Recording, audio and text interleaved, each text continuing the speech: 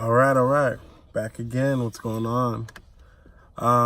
Hey, make sure to check out the Patreon. We've got a free ebook, little short story that we have a short film coming out for that was released on there. So when you get the time, check that out. The link is right below.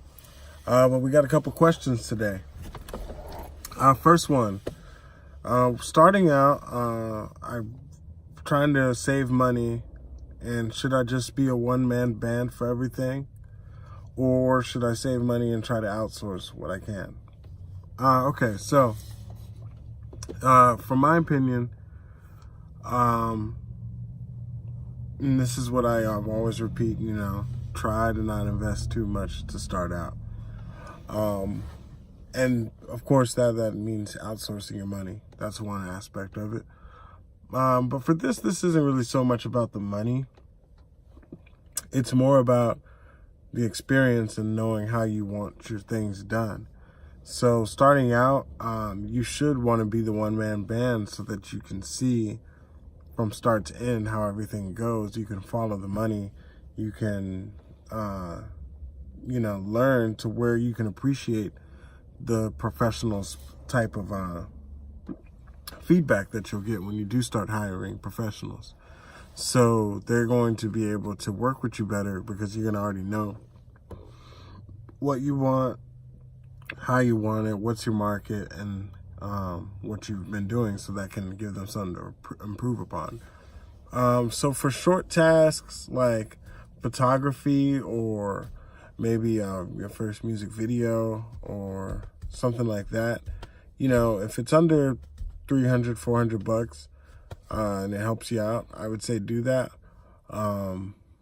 Same with mixing and mastering. If you got a buddy who's a good engineer and he can do your mixing and mastering for cheap, I would go for that.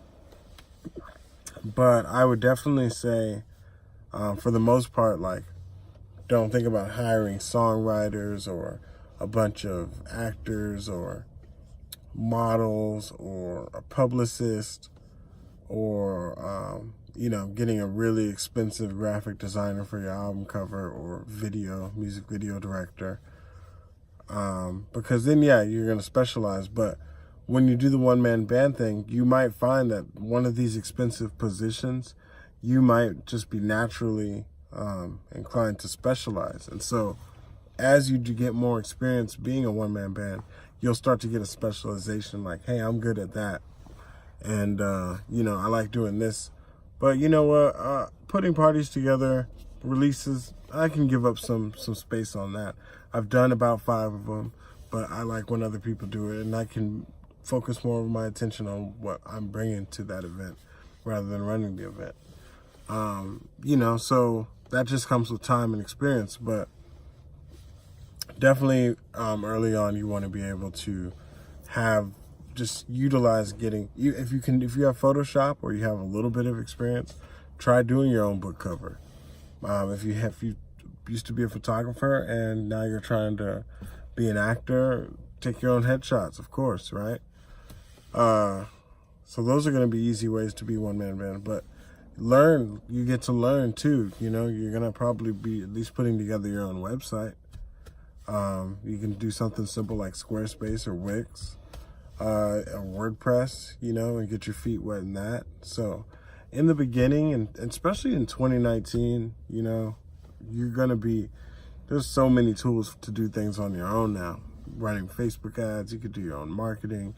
You can just have all of these ways to get into an entry level of a lot of things nowadays, that there's no excuse. If you have the time and the effort, in your day, you'll make it happen.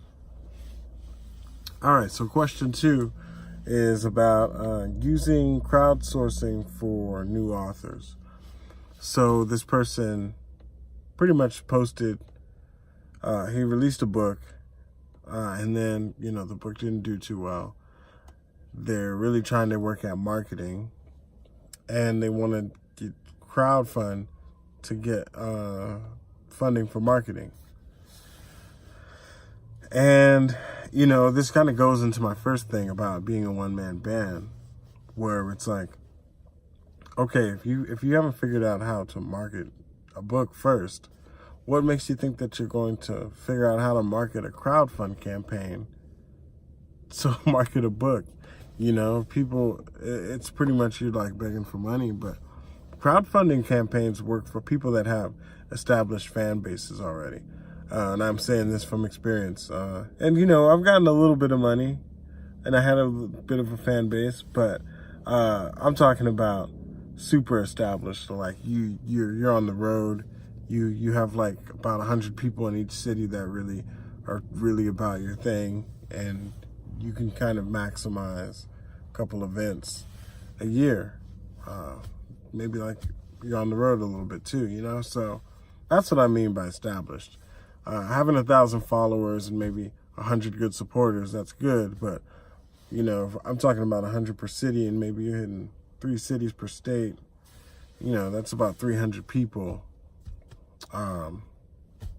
you know, per gig. So 300 people, you know, we're talking at least 1,000 to 2,000 people that are really, really dedicated to your brand and your art, that you can go and kind of collect from and try to build that to 10,000. I would say that that's established.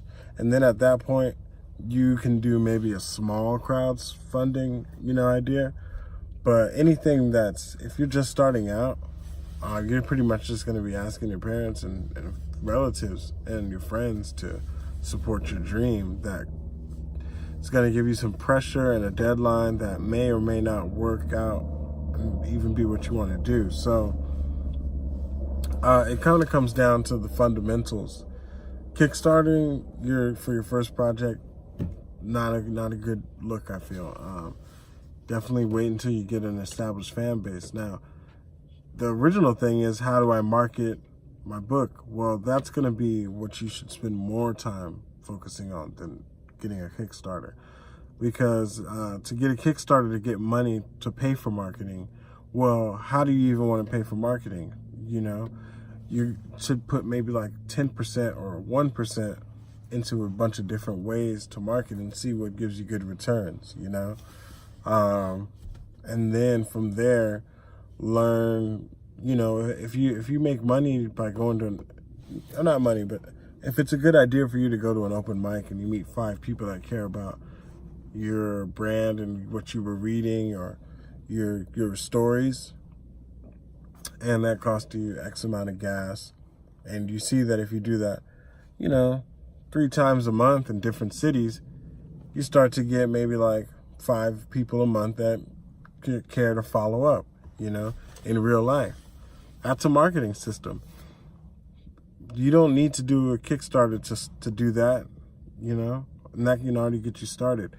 Then as you do that, you'll learn what you can actually use that money for when you actually get more established.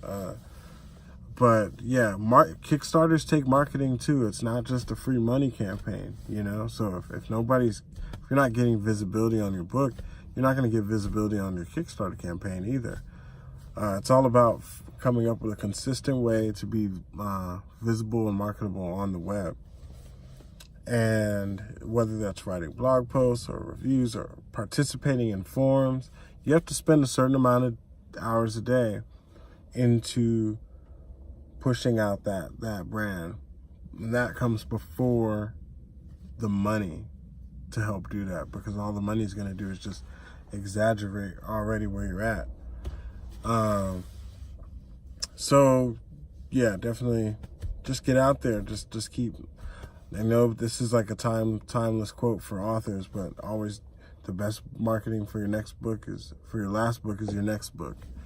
So, you know, just keep getting your book, keep learning, keep trying new ideas and getting out there and getting a feel for how to connect with people, you know, sending messages, posting on different forums. Then maybe you find a forum that gets you a lot of reactions and a lot of dialogue about your work.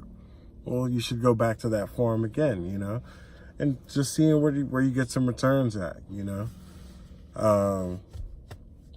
And yeah, just keep it going. But work on having everything established, your website, your own fan base, a good amount of different works for people, like exploring your niche. Where does your niche like to hang out?